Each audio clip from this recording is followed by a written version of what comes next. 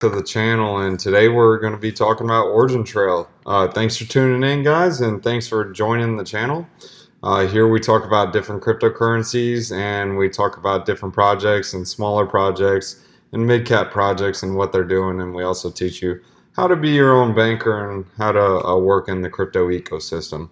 So if that's something you guys like, go ahead and subscribe to the channel. If you guys are new to this channel, go ahead and leave a comment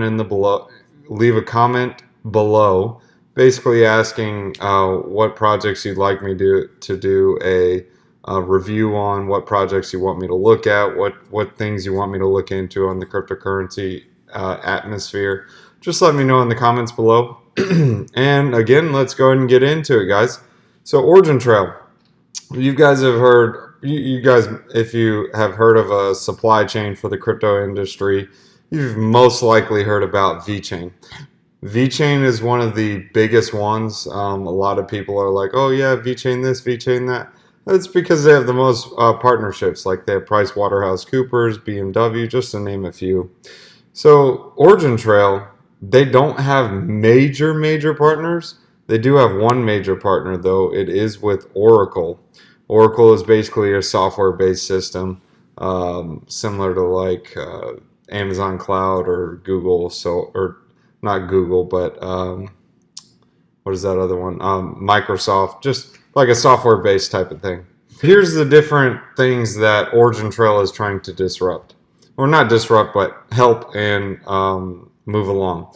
So they have standards and certifications, trusted factory, food traceability. So basically what this one is like scanning a QR code.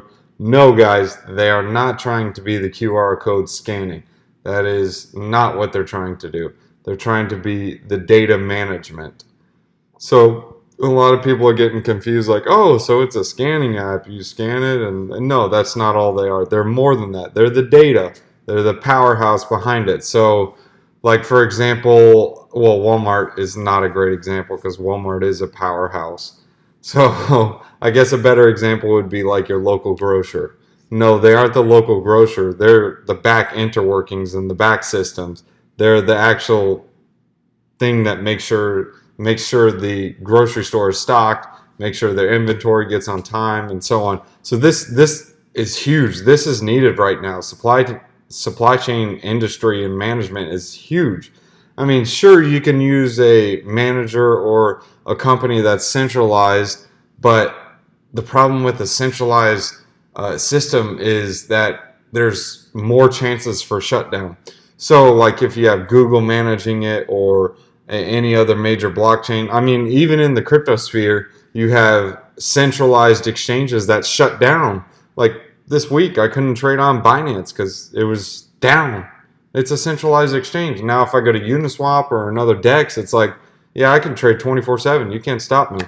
Now, if you think about it like this, if you have someone trying to come to the store, get groceries, you can't just have your supply chain stop. They have to keep running. This is why it's huge. This is why it's needed now.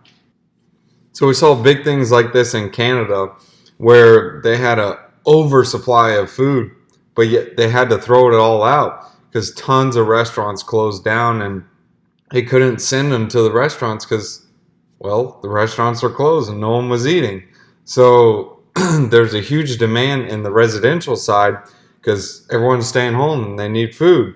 Now all the grocery stores don't have any stock, and then you have all the farmers who are just pouring out their milk and throwing their meat, killing their chickens because they have nowhere to send them to. They're normally supposed to go to the restaurants, but no one's going to the restaurants. So this is why supply chain's needed. Even on top of this, you have fashion and apparel. So for example, like, how do you really know you're getting a real Louis Vuitton, or how do you know you're getting a real Rolex? With this, they're going to have like digital codes, and you'll be able to tell. So this again is with the data. This is not the actual RFID chips. Here's some of the technologies that are going to be used, like IOTA, Janela, everything, GS1, OriginTrail, obviously. Enterprise data interoperability, so network operating systems, industrial data marketplaces, rail travel safety, sustainable agriculture, financial flows, etc. So that's pretty huge. The agriculture one, I do like this one, especially when you're having wasted wasted cows, wasted chickens, because they aren't correctly distributed. So you can have an influx over at a store and they aren't buying anymore, and you're originally going to ship it over there, but they can't take anymore. So this gets rid of wasted food. We have so much wasted food in the world, but yet there are still people starving. It shouldn't be like that. It should be more organized. I mean, we're running our earth at 90 to nothing, man. Our earth can't keep up. Now we're having to overcompensate. Now we're having to go to sustainable energy, solar power, wind power. I mean, it's kind of our fault. we kind of dealt our own doing, but that's for another topic. So what is their technology? So their technology is exchanging data across organizations efficiently. So again, like I said, it's data. Data is what they're doing. You can even look at that or look at it in their white paper. So if you scroll, you guys can read this. Take the time to read it. It's about a 25 pager. Guys, it's really not that long. And it's good. They actually have white paper. There's actually some blockchains that don't even have white paper. That's like playing a football game without a playbook. Are you kidding me? How do you do that? So here's the uses of OriginTrail.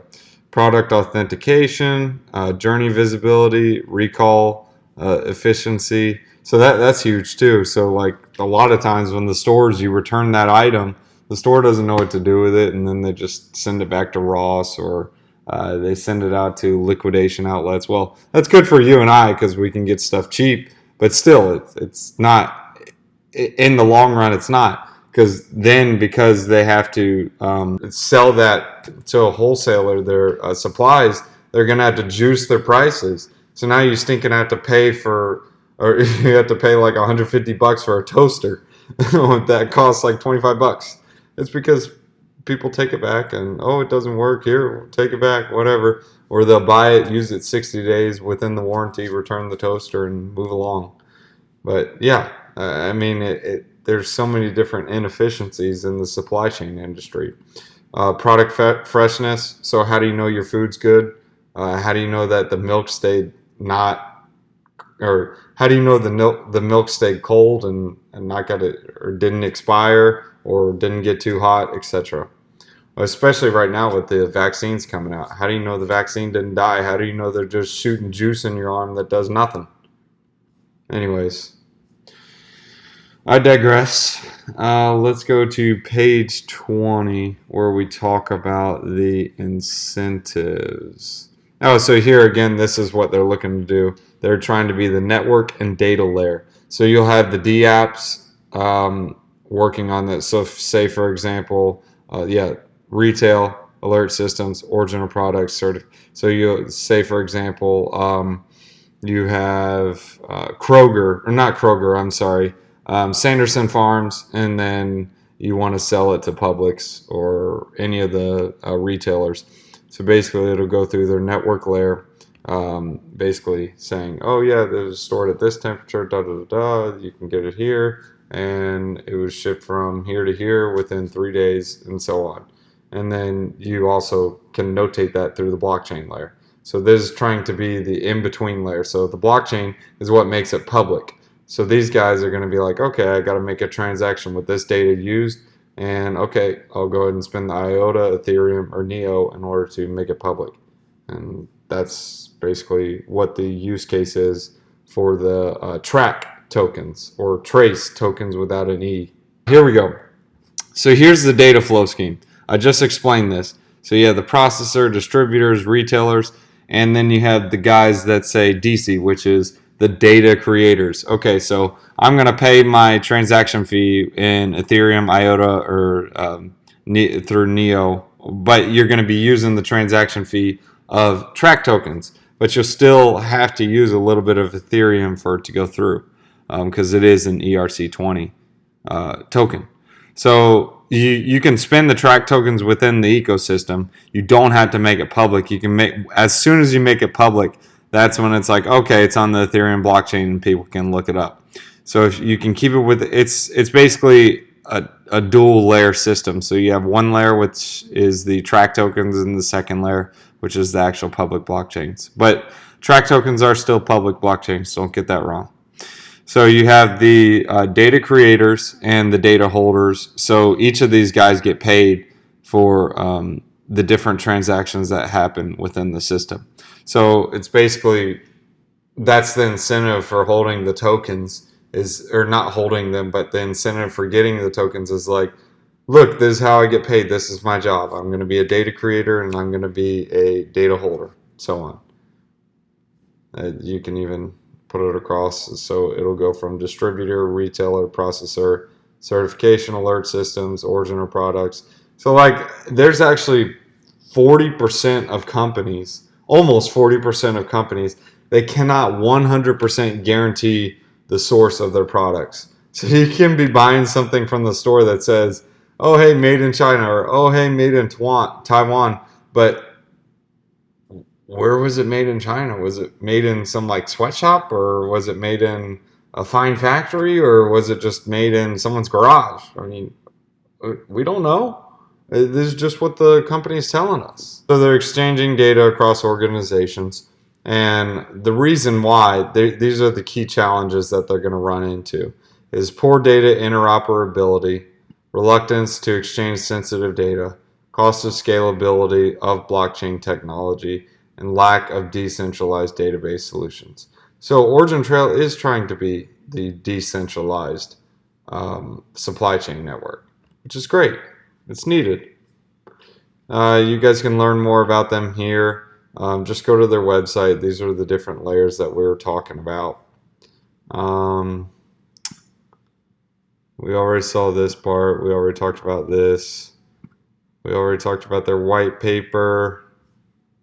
So here's where you can get some track tokens.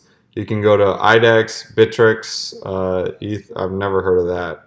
Never heard of Nash. KuCoin, Uniswap, HitBTC is garbage exchange. No offense, HitBTC, but you guys stink. You need to work on it. So here's about OriginTrail. This is just a quickie. OriginTrail is the ecosystem dedicated to making supply chains work through So basically, they are trying to be somewhat interoperable with like the current systems that we have. They aren't trying to replace them. They're trying to make them more efficient. So there's one thing, like people can be like, yeah, I'm going straight into VeChain. I'm going not cold turkey, but I'm taking ice bath. I'm jumping straight in and taking it on like a champ instead of going or slowly boiling the water. So you can have the concept of quick shock or just take it easy. A lot of these companies are going to take it easy because they aren't going to throw in their whole supply chain industry because they don't trust it. They don't know if it's going to work. So you can slowly get them into it, show them. It's just the same thing with cryptocurrencies. No one goes into cryptocurrency and buys just like the 400th rank altcoin on an exchange. No, they buy Bitcoin or Ethereum or maybe XRP, some of the top altcoins, or even a stable coin. I'm sorry, not altcoins, but top cryptocurrencies. So OriginTrail is just trying to make it more efficient. So it's like providing solutions for Walmart, saying, hey, look, we'll store your data, we'll help you manage your information better, and we'll help you go across the supply chain industry better, and how we can distribute it better, what you could have done better, make sure to deliver this here, and so on. So they actually got an award from Walmart. It was, I think it was 2 years ago or a year ago. They've received a couple awards actually. I'm gonna play an interview of this guy at the end of the video so you can listen from the horse's mouth what they're trying to do and how they're so disruptive and why they're needed. They're actually currently being used with a couple companies, including Fortune 500 companies in multiple sectors. I really like this project. It's not financial advice. This is just what I see. You guys, again, it's do your own research always. If you guys are liking this video, though, go ahead and hit that like button. And if you guys are new to the channel, go ahead and subscribe. We talk about cryptocurrencies in different projects here. The token, it does have good tokenomics. It has really good tokenomics actually. So the max supply is 500 million, which really isn't a crazy amount. Yeah, it's not the Bitcoin 21 million, but it's still not a crazy amount. Like VeChain's nuts. So VeChain has 800 or 86 billion. So VeChain is massive compared to this guy. But I will give them this. They have a lot more partners. They have a lot more people working with them. So that they do have a big team. But then again, you guys are thinking, I don't know if I should, or I don't know if that's good with Origin having such a small supply. Well, the token can actually be divided 18 into 18 decimal places. So, I mean, that's a lot. Like Bitcoin is divisible by 100 million. See, 100 million is going to be 9 or 10 decimal places. Probably got that wrong, but anyways. So this is some of the frequently asked questions. How to get trace tokens. You go to different exchanges. Well, the trace on, of course, there probably will be, but let's see. They cannot comment. But yeah, in the future, obviously, if it gets bigger, it will be. Where can you get regular updates? You can go here. What partnerships do you have planned? We're receiving a lot of interest. So right now, this is a small low cap gen. So you guys, if you guys are interested, this isn't blown up like VeChain. They don't have any massive partners. So if you guys think this is a good project, this is somewhat of a sleeping giant. So if you guys are looking to make an investment, this is still very risky because, hey, it could go to zero. But I always relay it like this. The money, say if you're a guy who likes to play the lottery, that money you spend on the lottery, spend it on an altcoin or a cryptocurrency. See what happens. You got better chances than you do with a dumb lottery ticket, in my opinion. All right, so here's the awards we were talking about: Walmart Food Safety Collaboration Center, Odine, Open Data, Food City, GS1, Oracle, BSI. So they have a couple partners and some awards. So I do like this company. I do like the project. I do like what they're doing. So if you guys wanted to run a node on the network, basically you get staking rewards and so on, and you get paid out. You basically just hit mainnet node setup, follow the prompts, and you just set it up yourself. I'm not going to get into it because it's way longer than it needs to be for this video. So let's go ahead and get into the interview with the founder of OriginTrail. My name is Žiga Drevo. I'm coming from Slovenia. We also have a company established in Hong Kong, so we're there pretty often. And today I'm going to be talking about transparency in supply chains and how blockchain might become basically a killer app for supply chains.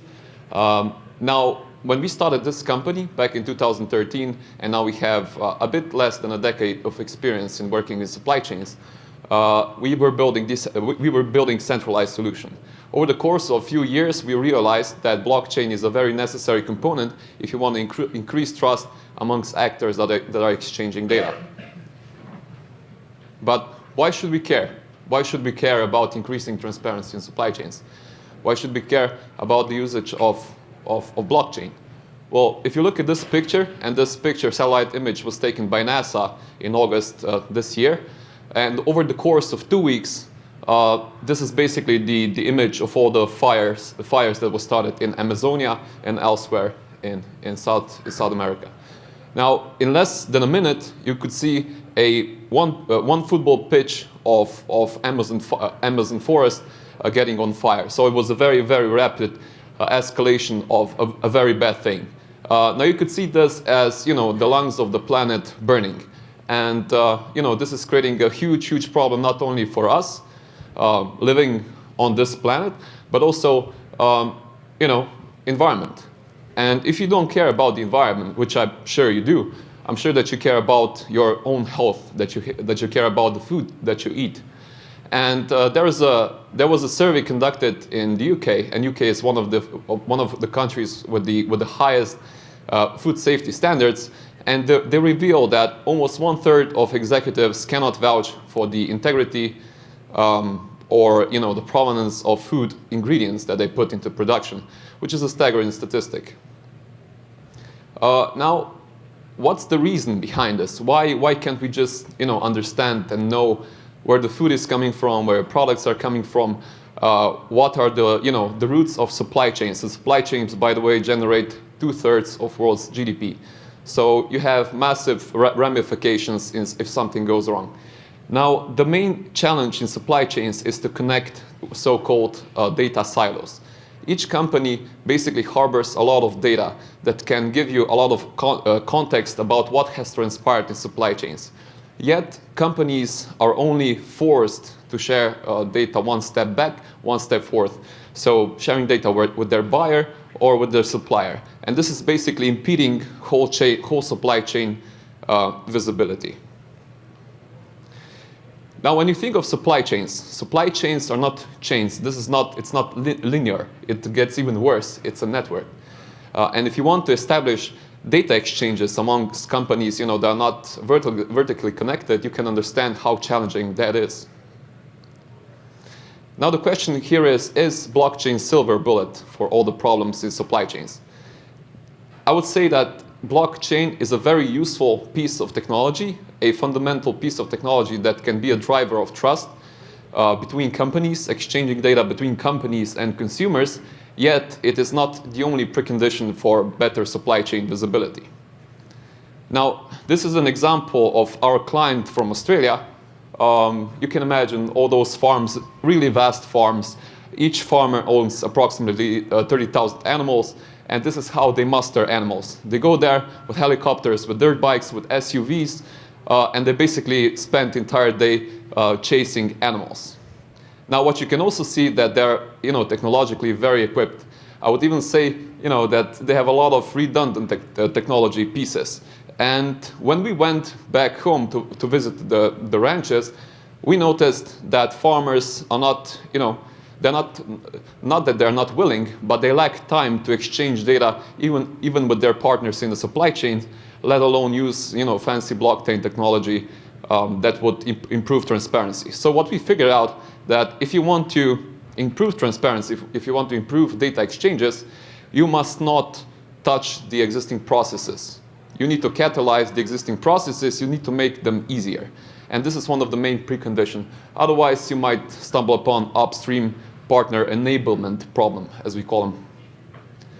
Now, vendor lock-in is a huge problem. And I'm not sure if you've heard about the scandal that was caused within the Lidl retail chain, which basically destroyed a huge investment chunk on the part of Lidl. The SAP integration failed, mostly because it was very difficult to reach backward compatibility with other legacy IT systems. And if you're building your blockchain solution for supply chains and your solution is not compatible with legacy systems, that's a huge problem. You will increase capital expenditures on the part of your customer, and you will most likely not achieve operating gains for a customer to actually see the value that they get out of blockchain technology. Now, cost and scalability issue of mainnet. We could spend the entire day here looking at examples how mainnets might not be on a standalone basis applicable to supply chains. And we ran a few experiments back in 2015-16 when we started using Ethereum blockchain for supply chains, and we saw that if you want to exchange data, if you want to record data on Ethereum mainnet, why would you do that? Of course, someone might ask, but if you do that, it's going to cost you a lot of money. So just a brief history of what we have done as a company. As college dropouts, basically, we started developing very rudimentary solutions back in 2010 already. And then 2013, we went into supply chains. We then expanded to Chinese market partially. We also gotten into Walmart Food Safety Collaboration Center Innovation Pipeline. We saw how things look like in Asia.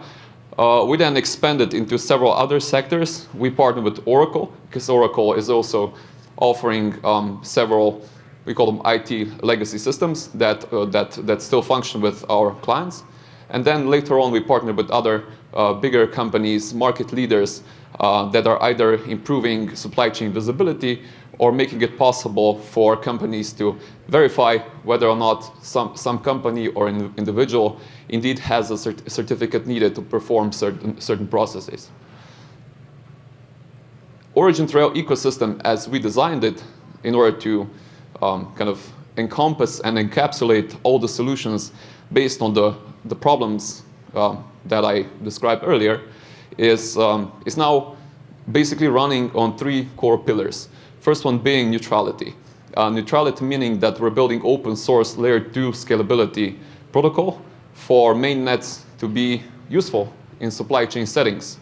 And OriginTrail protocol, the first version of it was launched last year. This year, with a few improvements, we're going to be launching another version by the end of this year.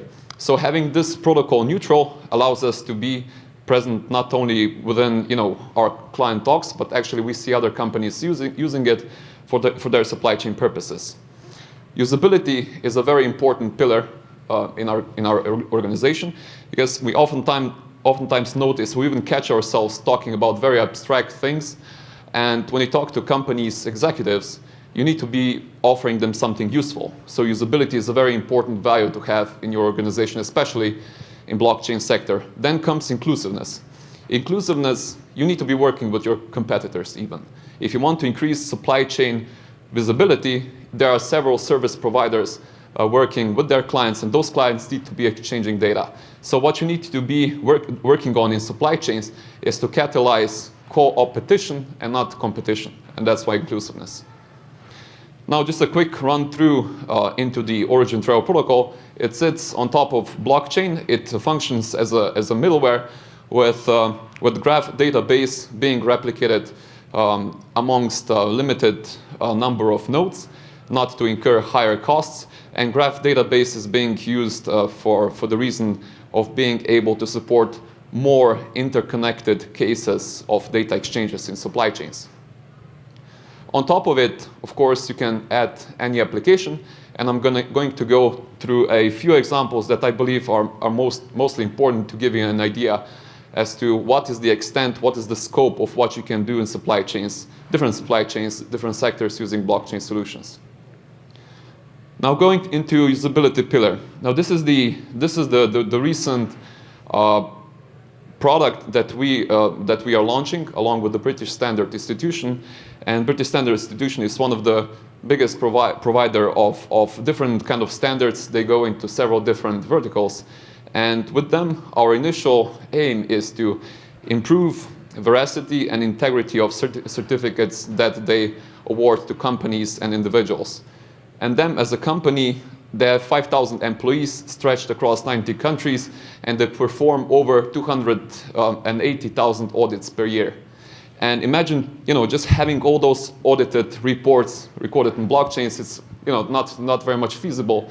So going back into making it more scalable is highly, highly important.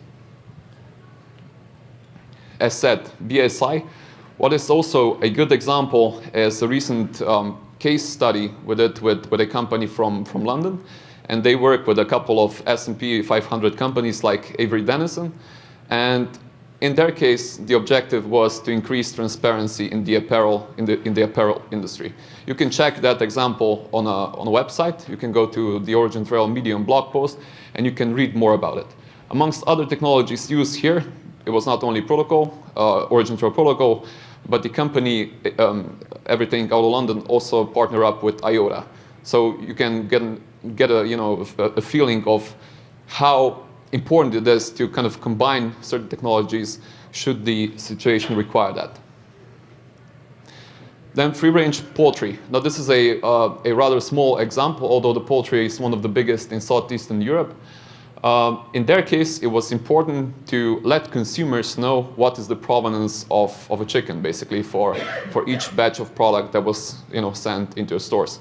And this simple interface is allowing customers to verify certificates and to see what is the provenance of every product that they buy in stores.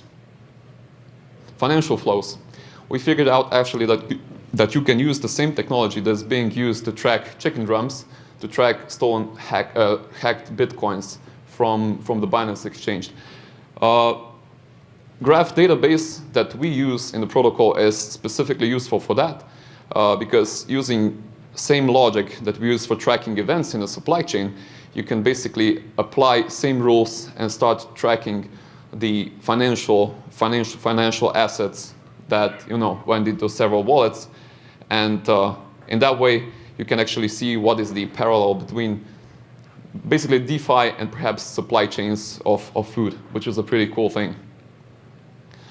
Now in Switzerland, we have partnered with Swiss Federal Railways. In their case, so going from food, chicken, apparel, and then to railway materials, it was important to connect and establish the connection between the railway parts that were put into a certain section of the country and the provenance of steel.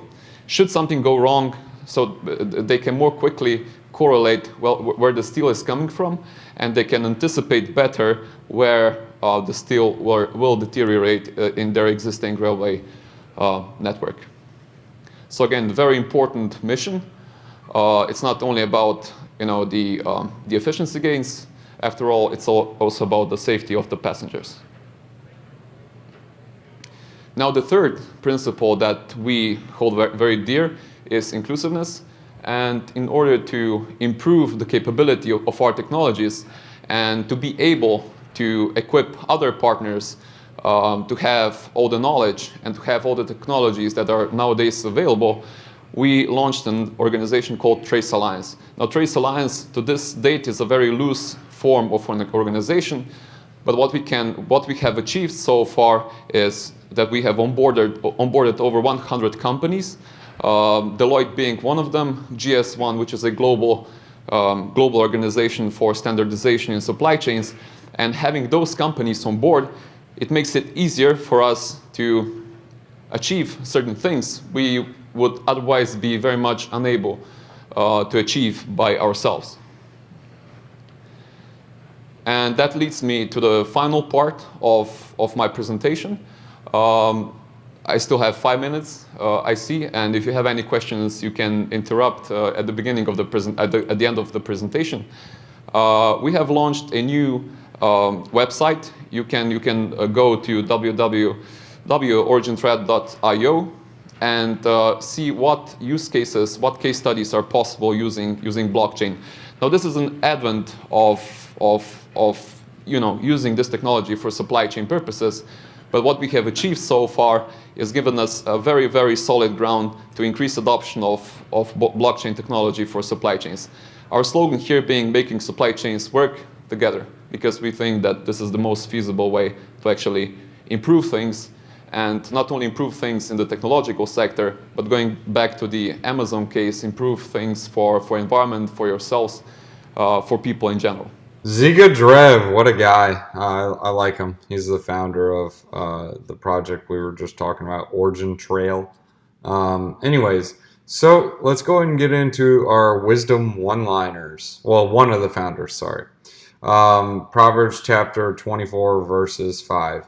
The wise prevail through great power, and those who have knowledge muster their strength. Surely you need guidance to wage war, and victory is won through many advisors. Guys, tell me what you think of that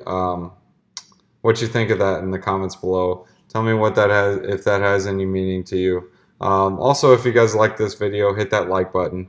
If you guys are new to the channel, go ahead and hit that subscribe button. We talk about cryptocurrency, talk about how to be your own banker, and obviously we have properties for rent too. So, but anyways, thanks for watching, guys.